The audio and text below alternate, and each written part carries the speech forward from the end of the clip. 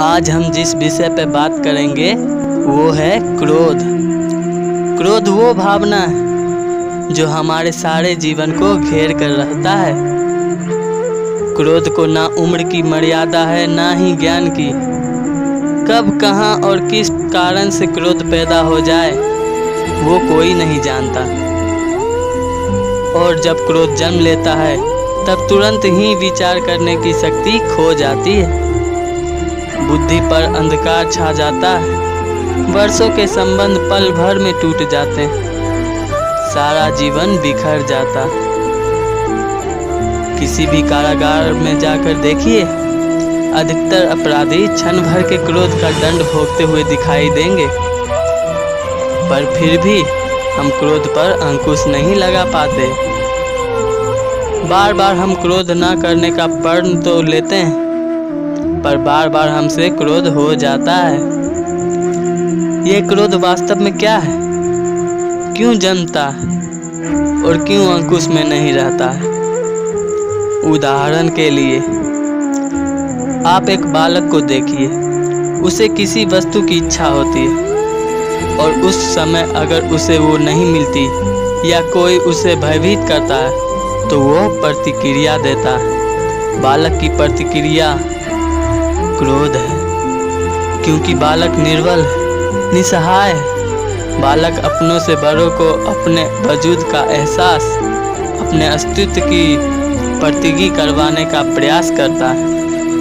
क्रोध के माध्यम से बड़े होने पर भी हम क्या ऐसा ही नहीं करते? क्या क्रोध हमारे भीतर बैठे बालक का प्रतिभाव नहीं? अर्थात क्या क्रोध वास्तव में केवल बालक जैसे व्यवहार का नाम नहीं? जब अहंकार को घाव होता है, जब भय लगता है, जब कोई वस्तु हमें प्राप्त नहीं होती, तब हमें क्रोध आता है, ठीक किसी बालक की भांति। हम जानते हैं कि आईने के सामने खड़े होकर मुंह बनाने का खेल बालकों को शोभा देता है, बड़ों को शोभा नहीं देता। फिर भी हम बालक की भांति क्रोध करना बंद नहीं करते। हम अनुभव से जानते हैं, दूसरों को देखकर बता सकते हैं कि क्रोध से कभी कुछ प्राप्त नहीं होता। सम्मान हो, संपत्ति हो, प्रेम हो या सुरक्षा हो, क्रोध से नहीं मिलता। मिलता है तो प्रयासों से, कार्य करने से, बुद्धिपूर्वक विचार करने से। मनुष्य मात्र अपनी आदतों के अनुसार ही जीता रहता है। क्रोध भी आदत बन जाती है। हमारे चाहते हुए भी हम अपने प्रतिभावों को रोक नहीं पाते।